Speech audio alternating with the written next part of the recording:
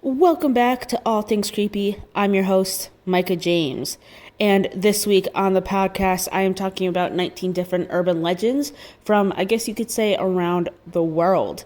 Now, I will admit that not all of these are inherently creepy, but urban legends to me will always be creepy in general.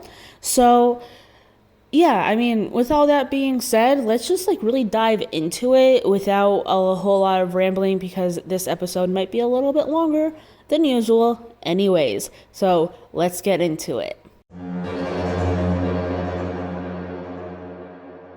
Legend number one I chose is the 999 phone charging myth. This legend originated in Britain.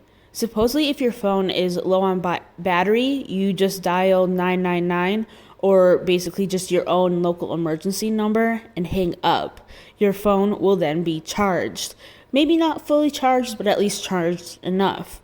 The British police have actually come out and said that this is very untrue, that it is strictly an urban legend, and to not call 999 to try this out. So just don't do it. If your phone is really running low and about to die, just find a place to plug it in and wait a few minutes rather than calling it the emergency line. Because like I said, leave that open for actual emergencies and not for charging your phone, even if it were true.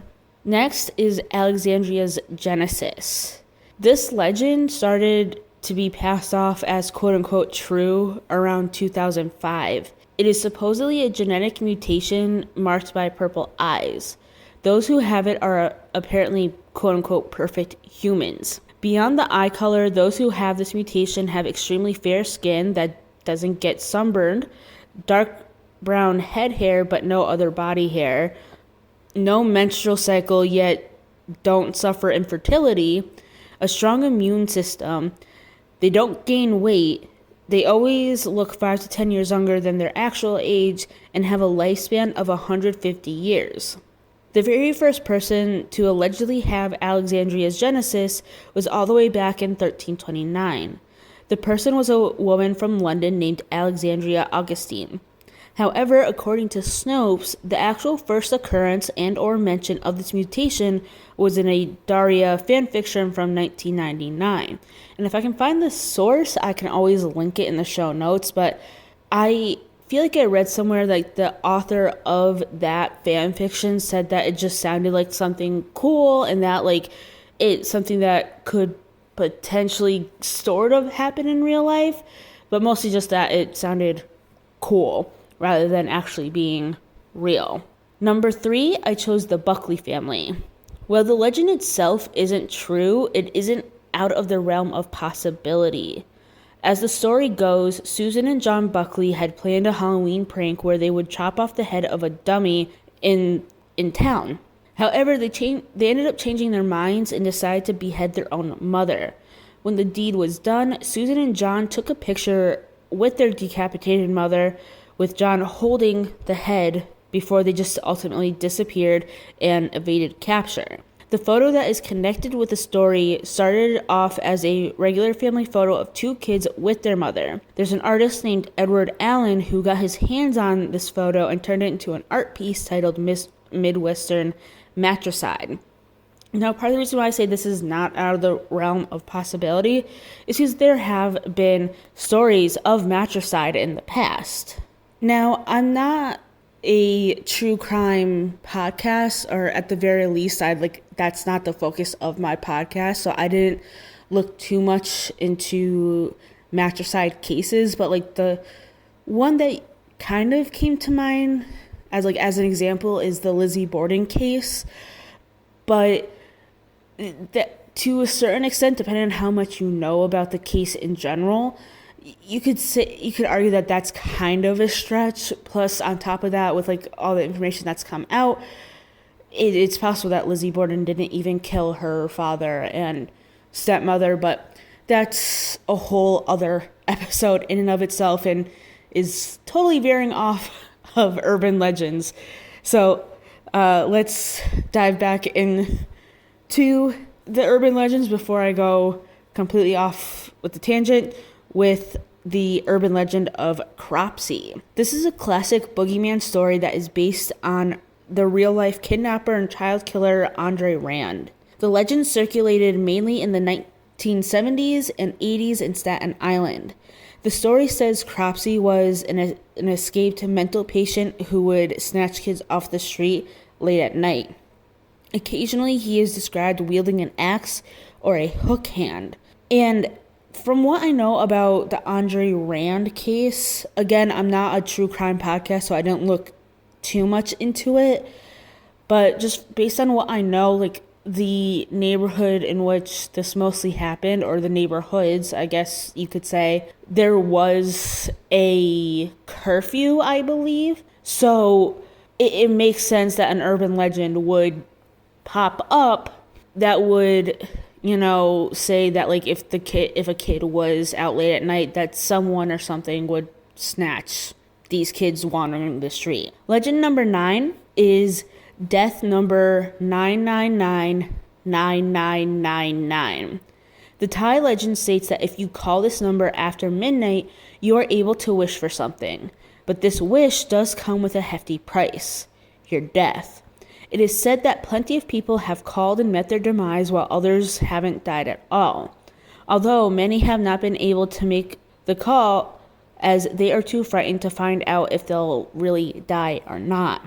Number 6 I chose was the elevator game. This is a popular ritual legend, you can even argue that it's a creepypasta, that originated in South Korea. You have to go to a building with at least 10 floors. You press the buttons in a certain order, and at a certain point, a woman will enter the elevator with you. But you need to pay her absolutely no attention whatsoever, or else something very bad will happen to you. At the end of the first journey, you will end up in this alternate universe where there's no one else around. It is really dark, and it seems like you're the only person there, and there's a red light that you see in the distance. To get back home, you need to press the same exact buttons, but in the opposite order in which you pressed them the first time. Legend number 7 that I chose is the Frozen Hill People. This urban legend dates back to the 1880s in Vermont. The U.S. was facing a pretty intense storm, and Vermont wasn't faring well at all. A farming family, like many others that specific winter, were really struggling. In one version of the legend, the family found a way to make some of the older and infirm members of the family go into this hibernation of sorts to help with the dwindling food supply. A man by the name of Uncle William witnessed the group drug 6 family members, 4 men and 2 women. When the 6 were unconscious, they were dragged outside so they could freeze up. Following this process, they were then buried for the next 4 months. When the hibernation was complete, these family members were then warmed back up and unfrozen, seemingly unharmed by the winter cold. Legend number 8 is one of those where it's definitely not scary whatsoever, at least in my opinion, just because it's more so a rumor than anything else, but it's the In the Air Tonight legend. Phil Collins released a song called In the Air Tonight in January 1981. Not long after, an urban legend began to build around it. People started saying that it was about a man drowning at sea. Allegedly, Collins didn't help because he simply couldn't help, as he wasn't close enough to save the man. The singer denied the legend and the rumors, according to a BBC World Service interview, stating that he was going through a divorce during the time he was writing it. And he himself has even said that he doesn't know what the song is about, which kind of, I think, lends credence to the whole legend rumor thing of him witnessing a drowning. Legend number 9 is Killer in the Back Seat, or High Beams. A woman is driving home from work or a party or a friend's house, or just simply being out, depending on the version of the legend you've read or heard. She is being followed by a truck that keeps flashing their high beams at her. And according to, again, some legends, at one point this car does kind of bump into her. When she finally arrives home, the driver lets her know that there was a man in the back seat of her car, and it seemed as if he was trying to kill her. Snopes claims that it may have been inspired by a similar real-life case. In 1964, an escaped murderer hid in the back seat of a car and ended up being shot by the car's owner, who happened to be a police detective. Legend number 10 is the Love Roller Coaster Scream. The legend revolves around the song Love Roller Coaster by the Ohio Players. There's a scream heard around the 1 minute and 24 second mark on the single version of the song and around the 2 minute and 32 mark of the radio edit version. People have said that it's the scream of someone being murdered while the tape was rolling. However, the truth is a little bit more mundane than that. It is apparently the screech of Billy Beck, and it was kind of compared to the high note of Mariah Carey, especially when she's trying to go an octave higher than she usually does. Legend number 11 I chose was the Mowing Devil of Hertfordshire. A pamphlet from 1678 details the account of a farmer who seemed to have a visit from the devil himself. The Hertfordshire farmer refused to pay the laborer for the duty of mowing the farmer's lawn. He even claimed that he'd rather have the devil do it, and that same night it was reported that his lawn was up in flames. The next morning, the grass seemed perfectly cut. I personally couldn't find something that could be anywhere near to this story, like nothing that could have been like, this legend was based on this true story. However, that doesn't mean that something like this didn't happen, because there have been a lot of times where people, would hire someone but then refuse to pay them and stuff like that. So it wouldn't surprise me that a farmer refused to pay a laborer for mowing his lawn. And it also wouldn't surprise me if somehow a farmer's lawn caught on fire, whether it's through arson or a freak accident. So because of those two things kind of coming together, it doesn't surprise me that a legend and or a rumor started. Next is the Niles Canyon Ghost. Now, Niles Canyon is located in California, I think around LA, but I could be wrong in that. This is a variation of the vanishing hitchhiker urban legend. It is said that a young woman died in some kind of automobile accident on February 28th. The year of this accident does differ by story, but the date of February 28th seems to stay the same. She is seen walking around the area she died every February 28th. Whenever a driver stops to pick her up, this girl gives them an address across a bridge. Upon reaching the start of that bridge, the hitchhiker just randomly disappears. Now, this is one of those stories where I personally couldn't find the based on a true story of this legend, but that doesn't mean something like this didn't happen, at least in terms of the accident, because it wouldn't surprise me that a young woman met her untimely death at some point on February 28th of some year. So it's one of those stories where it doesn't surprise me that something like this has happened, or that sprouted up at least. Number 13 I chose was the Red Room Curse. This Japanese legend revolves around a pop-up on your computer. It starts with a red pop-up with a question roughly translated to, "Do you like?" When you close the window, it will pop up again and again until it reads, again roughly translated, "Do you like the red room?"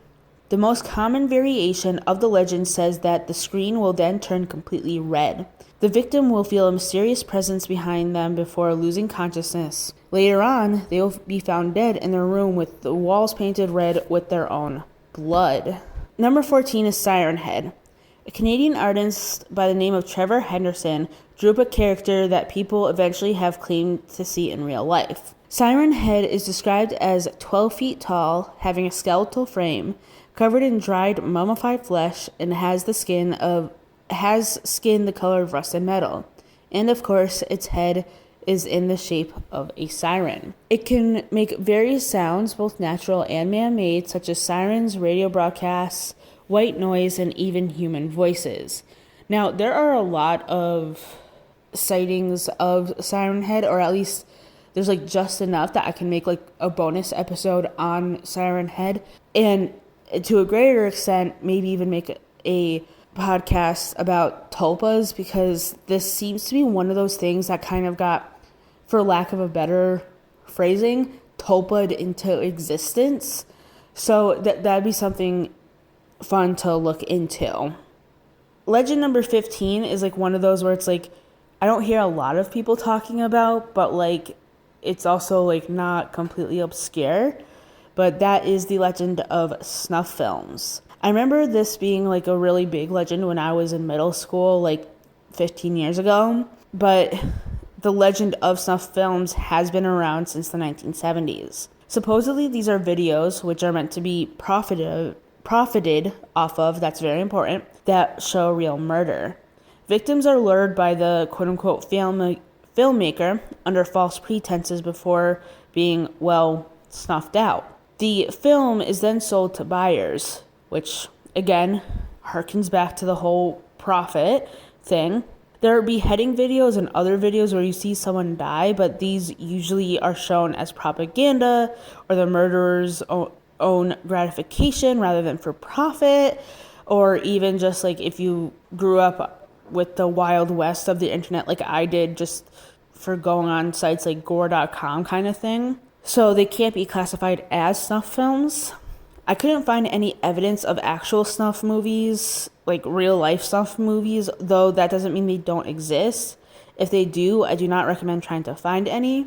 Like some examples of like not real snuff films would be like Cannibal Holocaust, and I keep saying this, but like there's like a big story around it where like the director like ended up going to trial because people thought it was a real snuff film.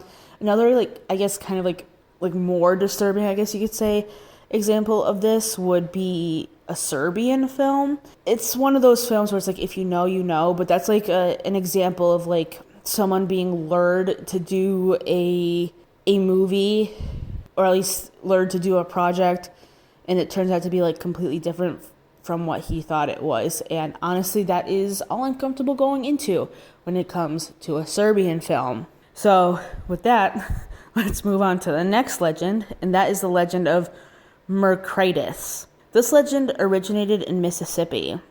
According to the legend, Mercritus is a disease that came over from Europe and ended up ravaging the South, or at the very least, definitely the U.S. state of Mississippi. It was mostly men who suffered from this illness, and they would emit an odor that, when inhaled, would cause women to go into a homicidal rage. Now, it's one of those things where it's like, it's totally possible that like some sort of illness did affect mostly men, if not all men, but didn't necessarily affect them the way that this legend states it affected them. It's kind of one of those things. Next is Dovland, Wisconsin. The small town supposedly disappeared at some point in the 1990s, although there is not much evidence that Dovland has ever existed beyond memories and supposed merchandise kind of stuff. There are people who claim that they have been there, even saying that they have various merchandise such as shirts, mugs, and the like, with Dovland written on them. There have even been some who have claimed that they had family living in that small town. Because there has been no mention of Dovland, Wisconsin before 2015, the only memories of some traveling to or through the town, it's hard to prove that it actually ever existed. And on top of that, it seems to like almost be based off of like another similar ARG, and I was stupid enough not to write down what the similar ARG was. For those who might not know, ARGs are just alternate reality games, which is like another like episode I'm planning on doing at some point in the future. But like a popular example of an ARG would be like Cicada 3301. But again, that's not the point of this episode, but I just wanted to give you an example in case you were interested in what ARGs are. And I think like around the same time, if not a little bit earlier, there was also the creepypasta, disappearance of Ashley, Kansas. So it's possible that's like one of those things where it's like false memory with the combination of the rise of ARGs and the popularity of creepypastas, just kind of lending this supposed credence to a vanished town that may or may not have existed. All right, the penultimate legend is pretty well known. It is the babysitter and the man upstairs. There are many variations of this tale, but the one I've heard the most often has been as follows, with a little variation here and there. A girl anywhere between 13 and 16 is hired to babysit 2 children. It is a relatively easy job as the kids are already put to bed, so the girl studies and or watches television when the phone rings. "Have you checked the children?" the voice asked. The girl hangs up, but the phone rings again. So she calls the police and they tell her to try to keep the other person on the phone for 60 seconds so they can trace the call. As it turns out, the call was coming from inside the house. The story ends with either all three kids being killed or getting out safely before the person gets them.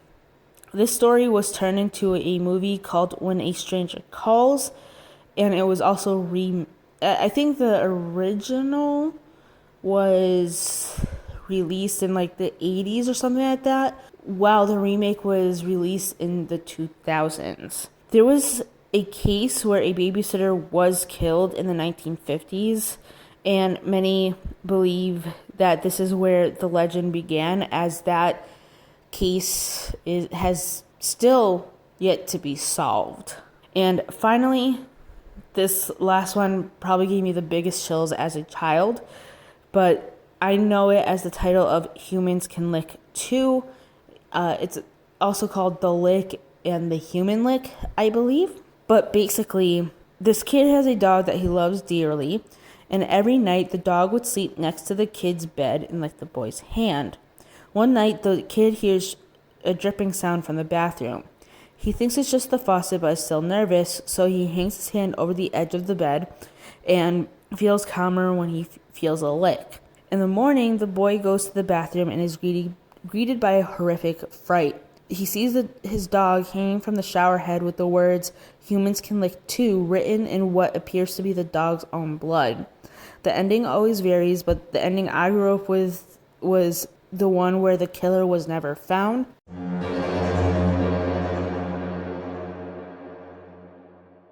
Anyways, that was 19 different urban legends from various places. There are just so many urban legends out there that I could do more. I mean, like, obviously there are more that I can do, as this is probably my 3rd or 4th urban legend episode for this run of my podcast anyways. So if there's one that I have yet to cover over the course of this run of my podcast, let me know and I will be more than happy to cover it. If there are any legends that I've mentioned either from this episode or previous episodes that you want me to go more in depth, I will be more than happy to do that too, because like even in just this episode I mentioned that there are like cases involved with these legends and all this other stuff, so like I could easily make more and more parts to this like urban legend series within my overarching creepy series that this podcast is. So anyways, I will see you guys next week. Please stay safe out there.